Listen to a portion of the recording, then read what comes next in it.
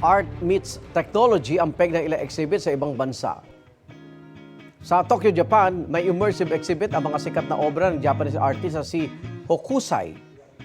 Buhay na buhay ang bawat digital artwork mula sa texture pati sa experience.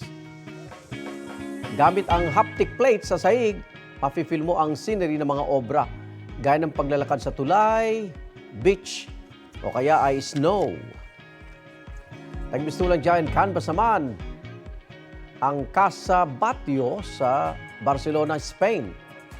Nagka-project sa labas ng building nito ang video, mapping ng isang artist na inspired sa pagtubo ng iba't ibang puno. Pinuri ang paandar dahil sa paghahalo nito ng classical at modern elements.